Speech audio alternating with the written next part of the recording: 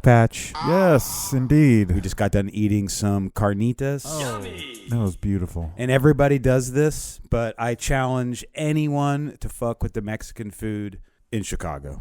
Yes. No one is fucking with it. Oh. Come test us. Really? Come test. How long was that drive? 10 minutes? Yeah. And also the thing that people do here, which I love, and I don't say this in a bad way, but like it's never ending because like I was texting my homeboy who grew up in Little Village, and I was like, yeah, this is where we're at. And he's like, yeah, that's an institution. Have you ever tried this other place? And you're like, the Mexican food in Chicago is unfadable. Yeah. California, come at us. Texas, come at us. Steak taco. Everybody's mom who's talking about the great new Mexican restaurant in Greensboro, come at us. So having been fed well by the streets of Chicago, play some music. What you trying to do?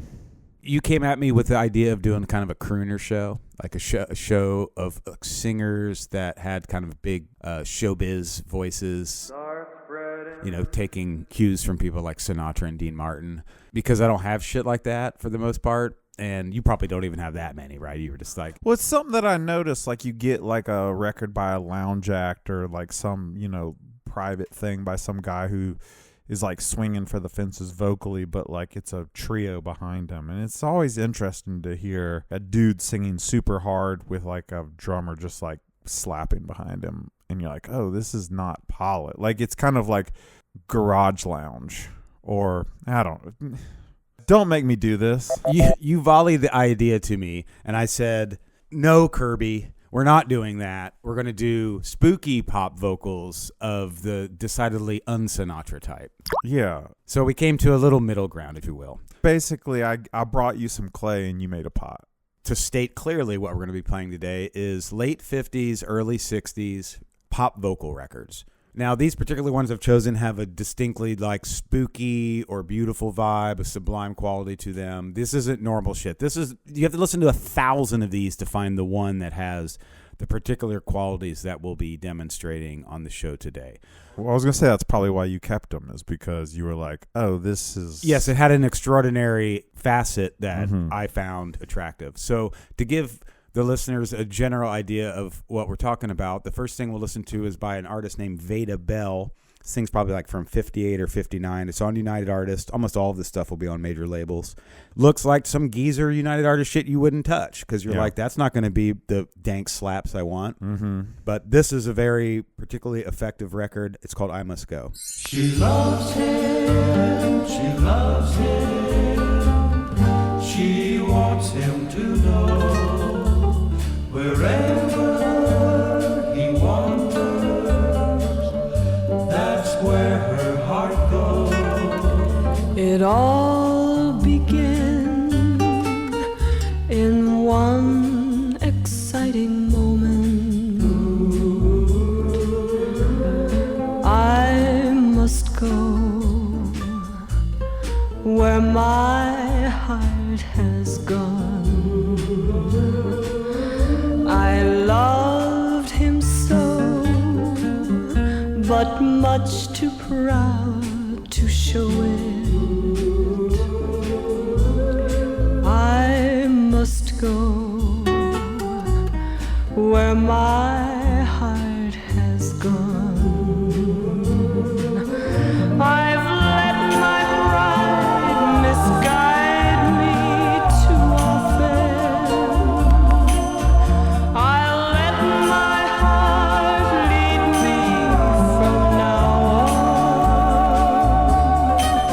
on. When his arms reach for me, I'll surrender. I must go where my heart has gone. I've let my pride misguide me too often. I'll let my heart lead me from now on. When his arms reach for me, I'll surrender. Go where my heart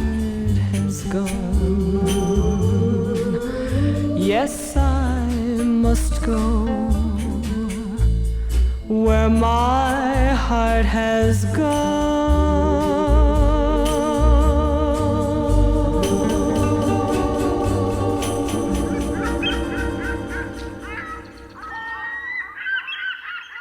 What was up with that little finger symbols guy? I like that guy. So you get the vibe. Oh, yeah. This is the zone we're going to occupy for the next hours. And I misspoke a little bit in pawing through the records for a second there. It's about half major label, half indies. To me, a recording like that, it's extinct in the respect that it could never be recreated. There's nothing about that that could be recreated. Yeah. There's no money in singing. Yeah. For starters, whatever microphone they used to record her voice, and that she's just in a room projecting that voice, so it's capturing it actually, is mind-bending to me that kind of stuff can even happen. Yeah. So it's truly a snapshot, a picture of a point in time. And it's got enchanting, it's got kind of mild like Roma, gypsy vibes a little bit. Your castanet guy, the guy with the finger snap, the hip-hop-y sound and stuff. It's like those guys who came in singing at first, that's kind of where I expected vocals to be. And then she just like was so front and center that it really became like about her. Veda Bell, who made that record, she has 2 singles as far as I can see. The other one is kind of similar pop, but more like dross, not anything normal, not anything exceptional.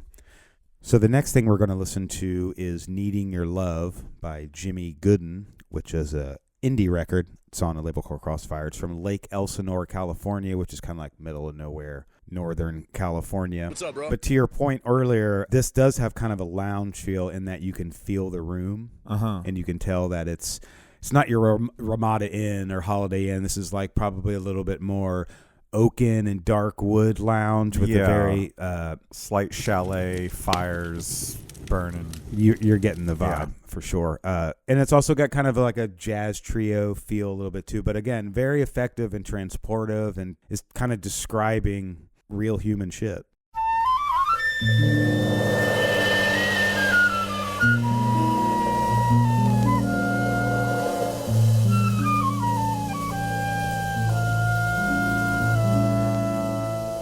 Needing your love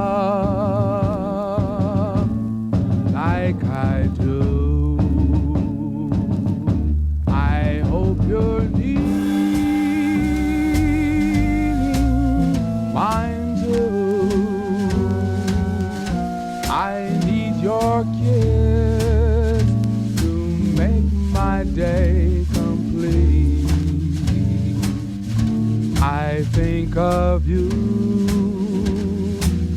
'cause you're so sweet. I love you so,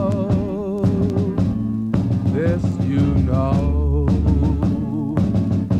I love your walk and your talk from head to toe. You've got me on the go. I love you so, so don't say no.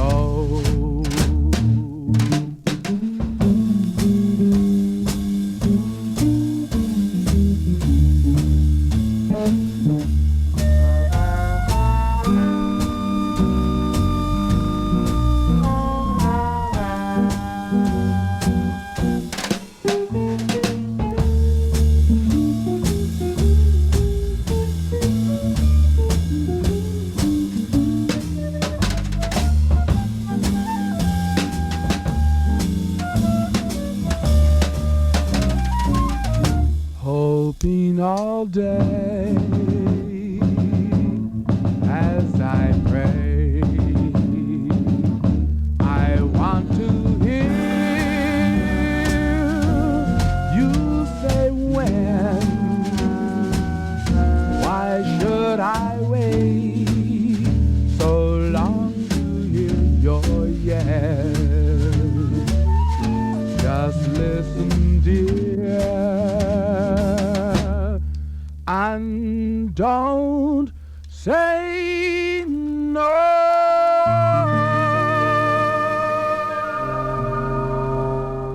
That's what I'm talking about. Is like, you know, Sinatra never. There's no like lost Sinatra 4-track tapes. Yeah.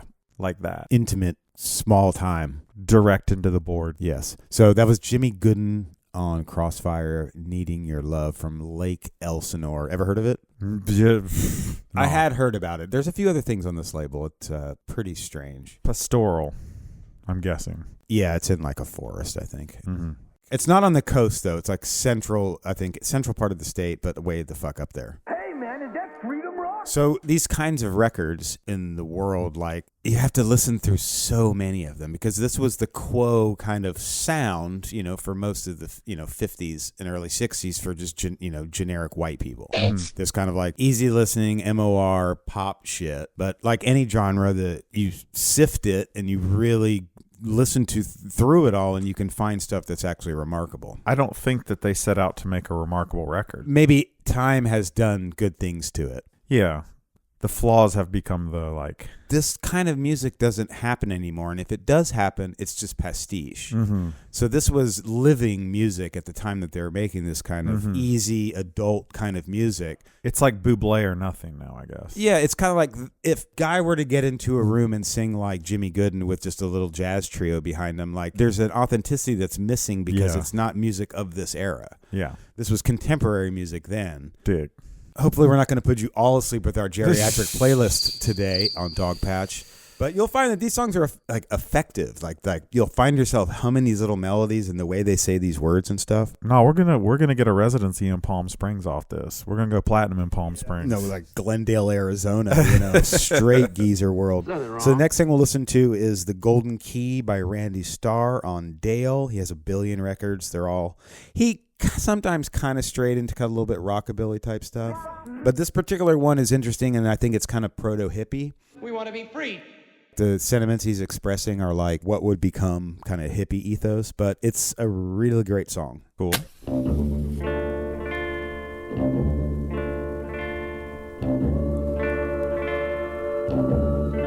All around I have seen wanderers, people who are lonely, searching for the golden key. All my life I was a wanderer, wishing I would only come upon the golden key. Then you passed my way one enchanted day, and you opened the door of happiness. Yes, in your arms I'm not a wanderer. Now I have the answer, true love is the golden key. All my life I was a wanderer, wishing I would only come upon the golden key. Then you passed my way one enchanted day, and you opened the door of happiness. Yes, in your arms I'm not a wanderer. Now I have the answer, true love is the golden key. Golden key.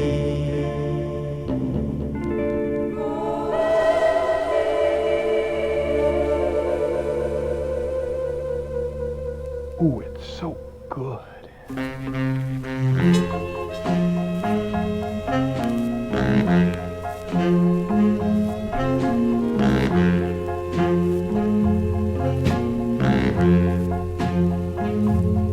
Well, I'm sad, sad and lonely.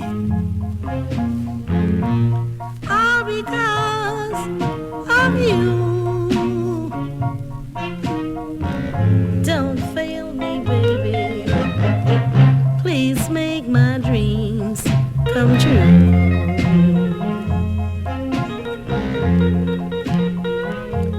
'Cause I want you to love me, same as I love you.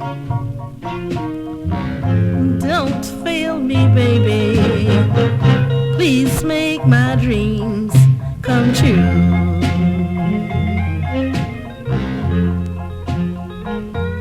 Hold me tight in the broad daylight. Let me feel that your love is real. 'Cause all my love and everything I own is yours, all yours. 'Cause you're all I live for, my only hope in this world. Please, please don't fail me. Make me your happy little girl.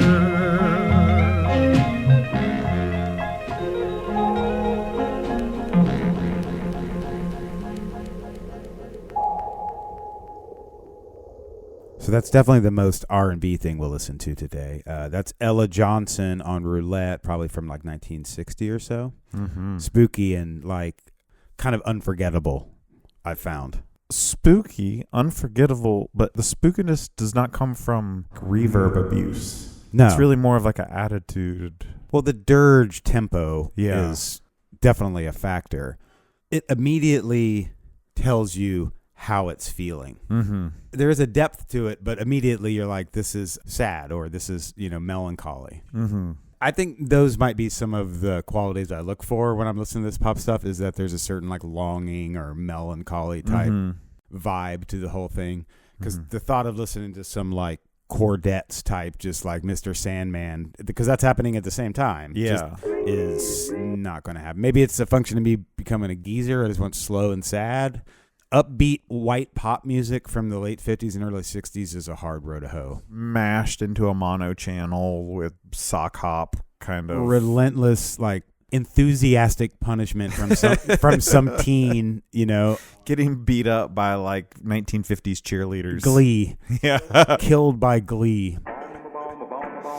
So the next thing will be an indie as well. This is Dickie Garland on Pike from Bakersfield, California. Black Dickie? This is probably not a black dude. This is probably white Dickie. There's Dickie Williams. That's the famous DC soul guy. So there's some black Dickies. Yeah, okay. You ever wore a Dickie? A mock turtleneck? What's the difference between a real turtleneck and a mock turtleneck? It doesn't go all the way down. It's It's just the turtleneck part. It's like the washer. Like it's like it's like the ring. Dickie Garland, his ode to hitchhiking when you could still do that, because that's certainly not anything. Well, I take the numbers are down. I saw a hitchhiker, like a legit one that was like thumbing, hard thumbing, about 6 months ago. But it used to be a pretty acceptable way to get from point A to point B. Well, my dad was in the military and he was stationed in Arlington, Virginia. He said you put on your army outfit and like your rucksack or whatever, and like you could get anywhere. Yeah. In 1962, like he would get from Arlington, Virginia to Stokes County, North Carolina, just like For free. For free. Yeah. Probably get fed too. Yeah. Who knows? Like, there's sandwiches in the bag, baby. Yes. This is an ode to another thing that's largely extinct, hitchhiking. And again, very evocative.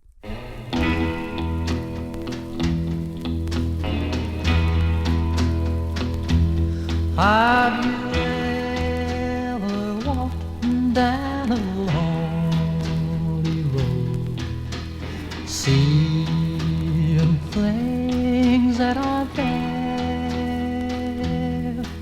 You try to catch a ride with people, but they don't never care.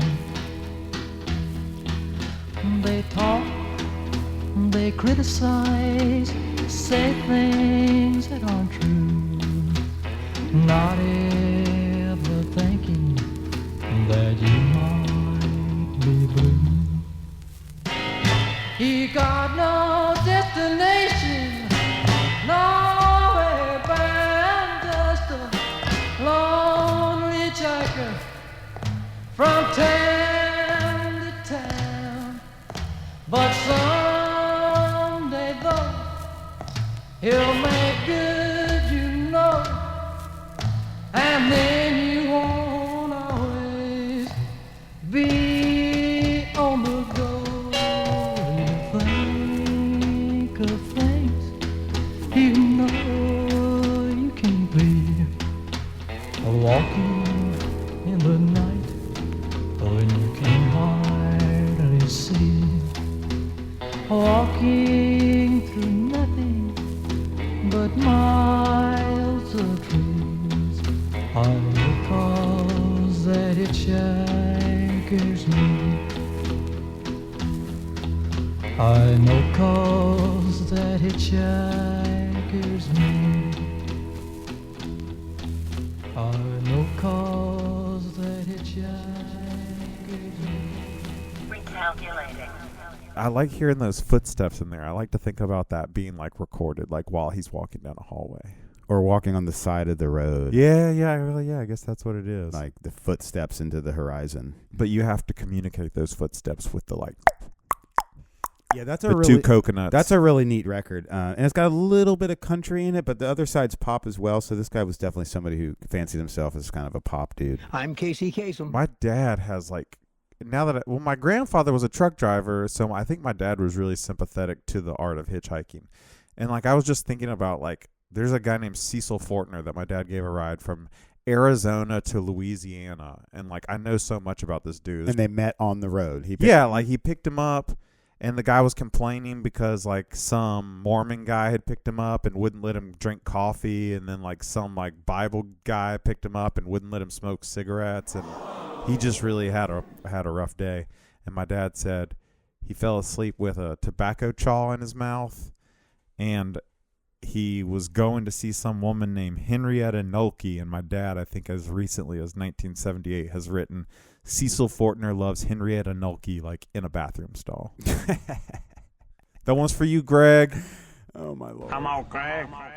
So let me just restate that hitchhiking was a completely acceptable way to get from point A to point B.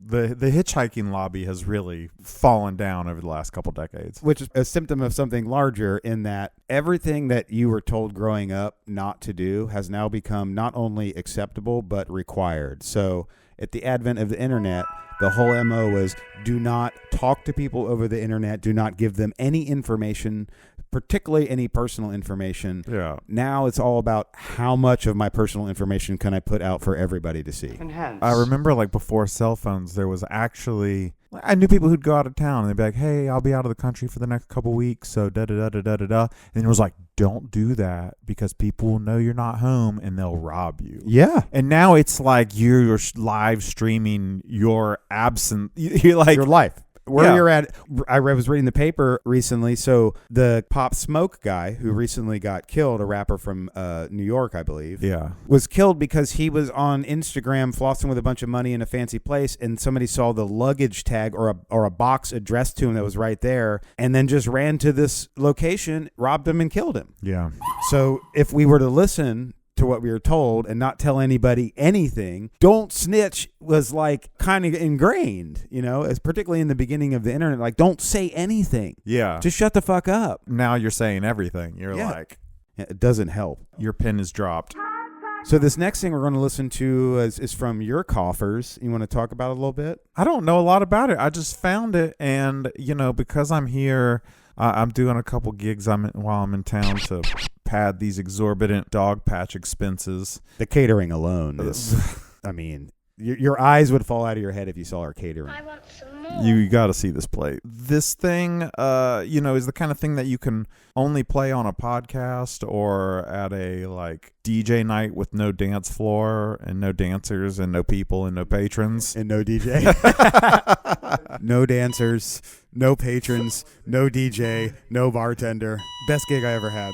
To me, what I love about these records, like, to me, it was like, okay, this guy is singing. He wants to be this guy, but the drummer wants him to, like, be this other guy. And how much the drummer, like, really sets the mood for this record, I thought was really interesting. And it's got a neat narrative to it, a neat, like, kind of sob story. So, I think this is a little bit later than the majority of the stuff we played. I'd say this is probably from the late 60s or early 70s. The label Kanji is from Miami. It's pretty weird concern. It has an office in Canada.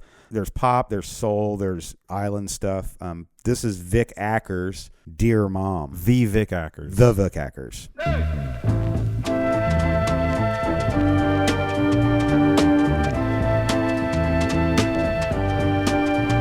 Dear Mom, I meant to write you months ago. Dear Mom, I've really missed you, but I guess you know. I've been sort of busy, this big city's got me dizzy, like I used to get watching the ground when you took me on the merry-go-round. Dear Mom, I guess you heard about my thing. Dear Mom, I'm like a monkey dangling on a string. This stuff is getting to me and I'm feeling awful gloomy. I'm sweating and my head's about to break, and I've got a terrible kind of stomach ache.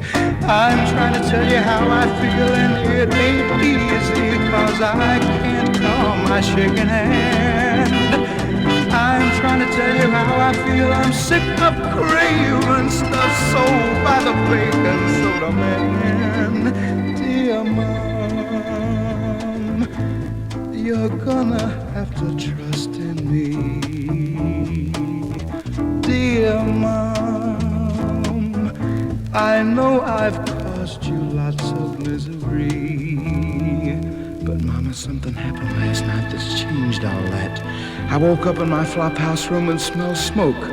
A voice cried out my name. I saw flames underneath my door. I heard a scream like I'd never heard before. And this morning, Mom, there's nothing but silence and ashes left to tell the tale. That could have been me who lit that cigarette and took the overdose to send his soul to heaven or to hell.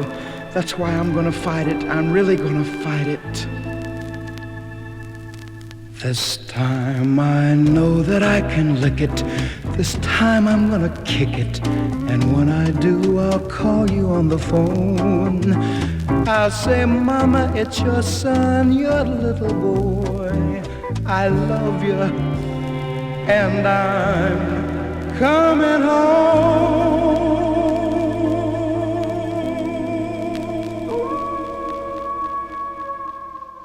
Wait, did he die? No, he's not. He's not gonna die. He's gonna see her. Yeah, he's gonna kick his habit. The next time she hears from him, he's gonna be like, maybe she's dead too. Oh, That's what he's fuck. talking about, dude. oh shit, that could be it. That'd be crazy. The thing about these pop records too is there's a many ways, a lot of lenses in which to look Yeah. through some of these lyrics, particularly with the passage of time and how meanings change and Yeah. like how certain things were legit Yeah, and now they're not. some Hitchcock shit. you believe in ghosts? Next song we're going to listen to is a cover of I'm So Lonesome I Could Cry, the Hank Williams megalith, one of the most amazing American songs ever written. And this is done by fetishized American white jazz vocalist Helen Merrill, Okay. who right now they're in Japan. There's probably a church of Helen Merrill, kind of like there's a church of John Coltrane in San Francisco. Yeah, sure. I can legitimately say that right now some Epicurean Japanese collector has just poured some $4 million scotch and put on her MRC LP. But you were saying that this artist, Helen Merrill, would be, given her iconic status in Japan, it might be pretty difficult for a Japanese individual to pronounce Helen Merrill. Well, I was telling you, I went to Spain, and the guy was trying to tell me how much he liked Will Smith, and I was like, "Who is Weet Smeet? Weet Smeet. Weet Smeet." And my Japanese ultimate, like, I can't understand you moment with some guys that were here and we were watching basketball. We live in Chicago, and he's like, "You like Steekel, over and over, Steekel." I was like, short of showing me the 95 Bulls roster, I can't get it. And then finally, it turned out to be Steve Kerr. Oh. Helen Merrill would be Herculean, and I don't think it's another reason to send us hate mail, maybe. But Similarly, one of the coolest Japanese record stores I ever went to in my travels there was called Manual of Errors, which is hard for anyone to say, much less a Japanese individual. Yeah, Manual of Errors was no easy feat. What's interesting is that I'm So Lonesome I Could Cry is slow by Hank Williams, and she takes it at this really almost avant-garde tempo, and her phrasing on this is so captivating. I mean, a voice like this is, I just don't think they make voices like this anymore.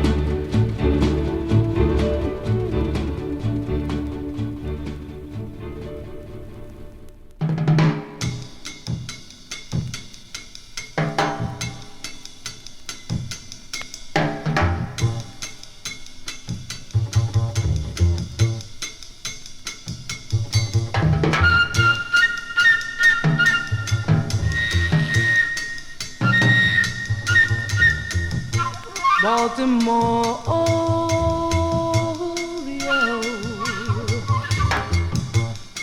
took a look at the mercury, 40 below. No time for a lady to be dragging her feathers around in the snow. Leaving her mate, she flew straight to the Tangipahoe, where a two-timing blackbird met the divine Miss O. I'd like to ruffle his plumage, this Baltimore Oriole.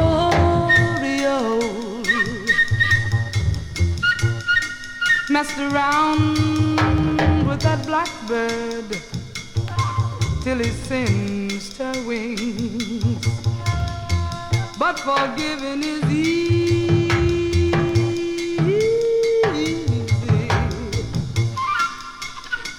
It's a woman like now and then might have been the same. please send her back home. But alone, home ain't home without her warbling. How she'd sing, make a lonely man happy.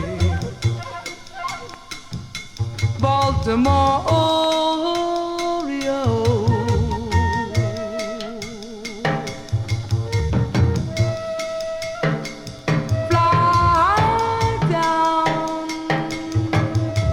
Fly down from your bow. Fly to your baby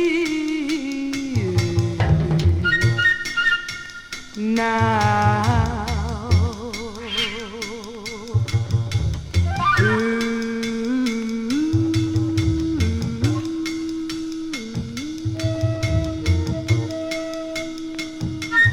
Baltimore Oreo.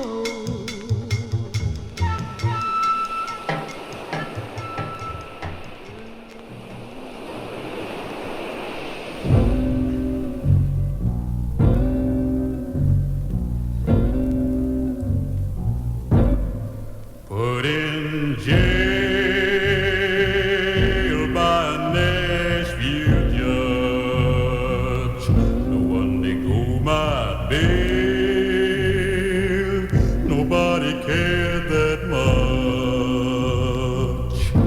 It's a lonesome town. Oh, born on a farm down Knoxville way. Born on a farm down Knoxville way. I came to the city to see what I could see.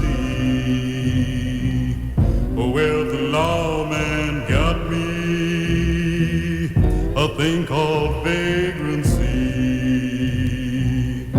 in the Rockwall jail, in the Rockwall jail. No one they go my bail from the Rockwall jail. It's a lonesome town. Oh, it's a lonesome town. Oh, in the Rockwall jail, in the Rockwall jail. No one they go my bail. I got the low down blues. Well, it's a lonesome town. Oh, yeah, it's a lonesome town. Oh.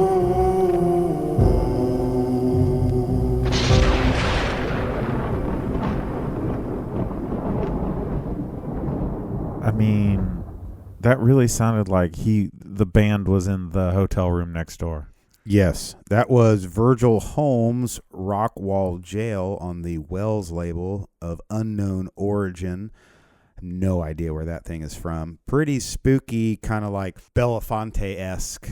Well, you were like, who is this for? Who's requesting this? Sad dudes in jail? I don't know. You could do, what's the record shop at like Sing Sing look like? Maximum grip. The gift shop at Alcatraz. Yeah, that's a pretty effective record though. Like that guy's on one, you know?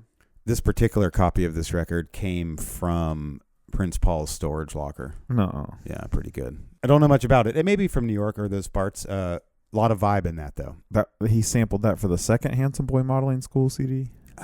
They cut that track. Okay. That was the one with Fruit Quan. I said this to you last night. I still think Stetsasonic is severely underrated.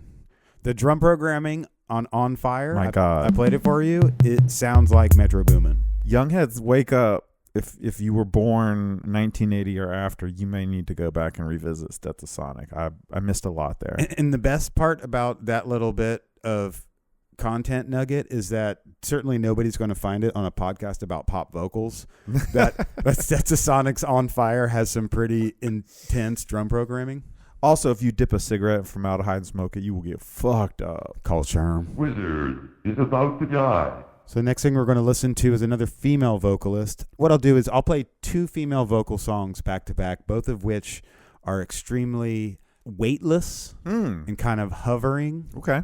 And also very beautiful and sublime. The first one is going to be by Bonnie Guitar, who is a very prolific artist with many LPs in the kind of pop country idiom to her name through many years, maybe even a 20-year career.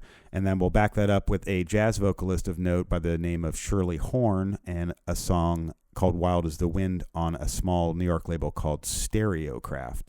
But 2 very ethereal, beautiful, you're there with her, you feel it, events that happened and got captured on tape. Let's do it.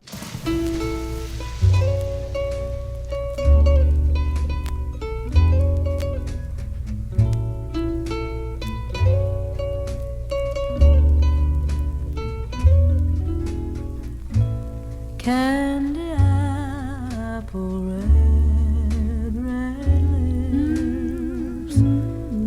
Candy apple, kisses too. And I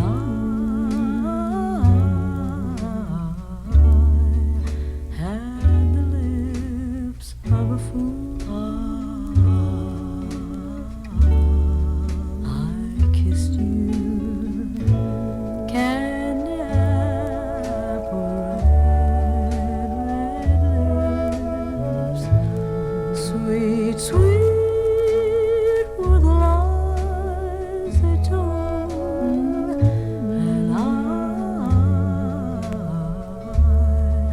had the mind of a fool. I believed. Candy apple, red has made me blue. Believing all the things you said, I believed in you. Candy apple, red, red lips hypnotized me, broke through new color combo, candy apple red, and the blue heart of a fool.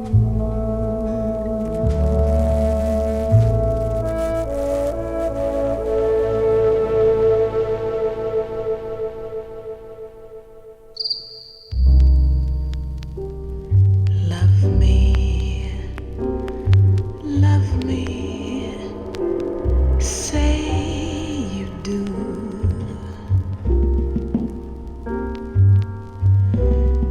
Let me fly away with you.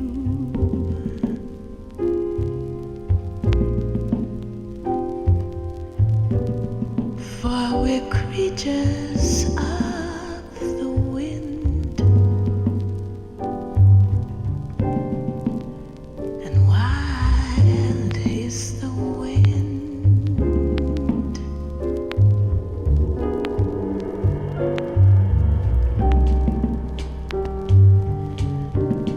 Give me more than one caress.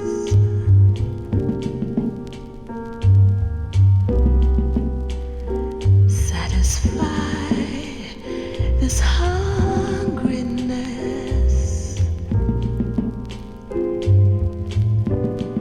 For my love is like the wind, and wild is the wind.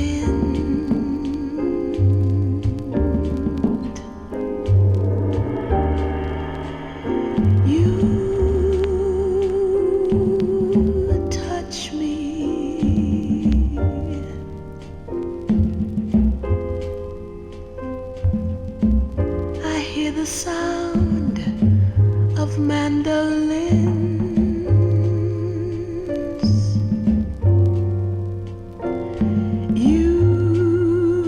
You kiss me,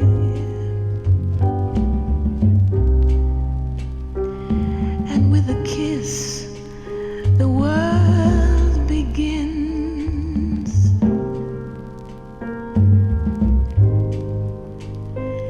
You're spring to me.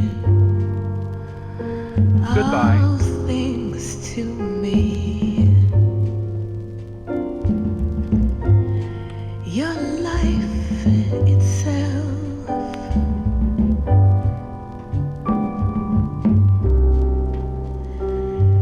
Like the wind blows through the trees.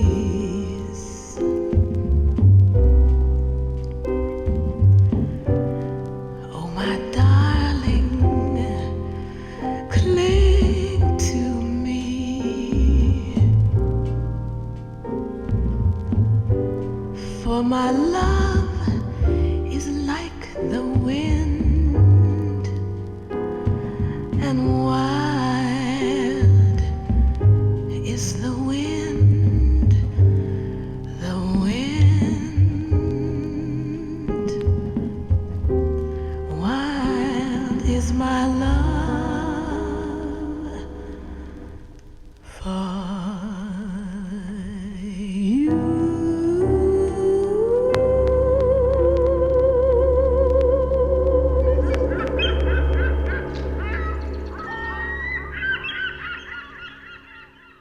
That Shirley horn is gorgeous. That's really, it just makes me think, like, anytime you're listening to records, like random thumbing through records, like, you have to be ready to hear any record you'd ever want to be able to hear. You have to listen to records. You have to put the needle on the record and pay attention and listen to it. Not even just drop the first second like, oh, this is pop, this is jazz, That's what I'm saying. this is rock, this is country. You have to give a record in previewing it at least 45 seconds Sure. to happen. It's just, I mean, that's a mistake a lot of dudes that we know make. I've seen guys that, friends of ours, like going through records and like blasting through them. I was like, there is no way on God's green earth you even understood what that was about, other than that, like, it started with a guitar. Yeah, fully. Let's talk about some music. No, but I'm just saying, if this was like in a stack of like Prelude 45s and you're like flipping through and it's like D Train, D Train, D Train, Unlimited Touch, Unlimited Touch, Unlimited Touch, and then Wild is the Wind, like you said, this looks like a children's record. Yeah, it hides well. It definitely hides But well. that was just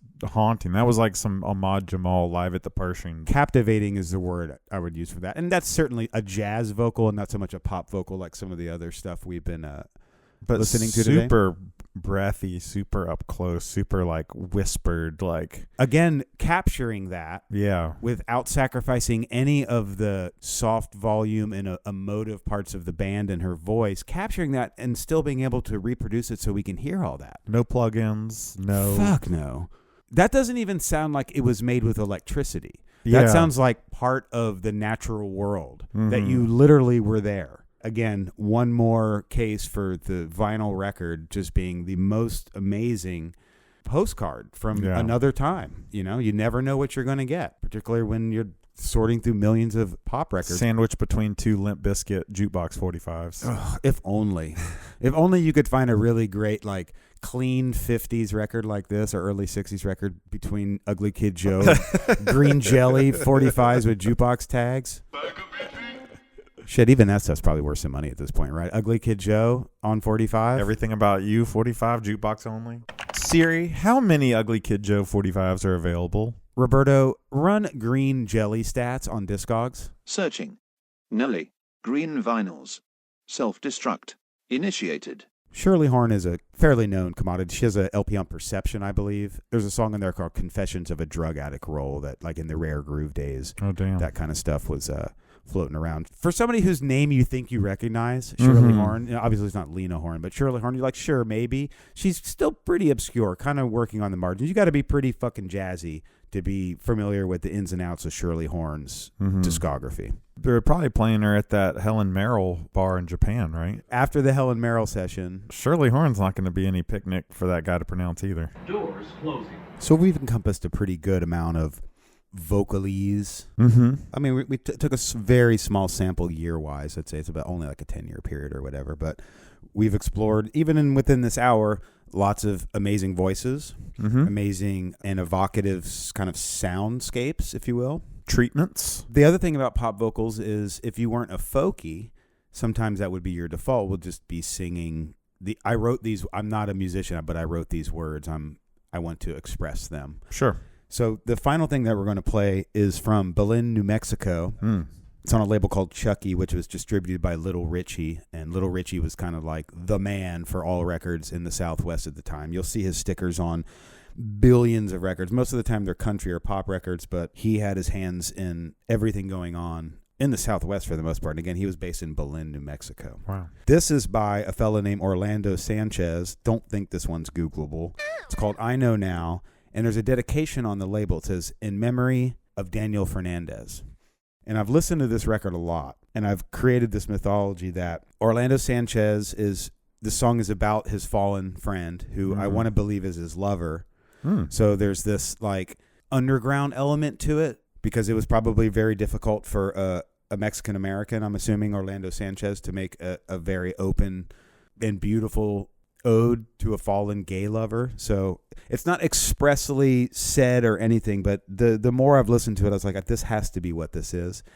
And it's pretty spooky. It's got a really interesting tempo change about halfway through. Wonderful record, and truly like one of a kind, like missive from the desert. Well, thank you for your Orlando Sanchez fan fiction. Yeah, my Vinyls fan fiction book is coming together pretty good. I've got, maybe 13 or 14 chapters. Chilling. So this has been another episode, hopefully enriching, of Dogpatch. I'm Dante Carfagna. John Kirby. Till next time, start listening to records.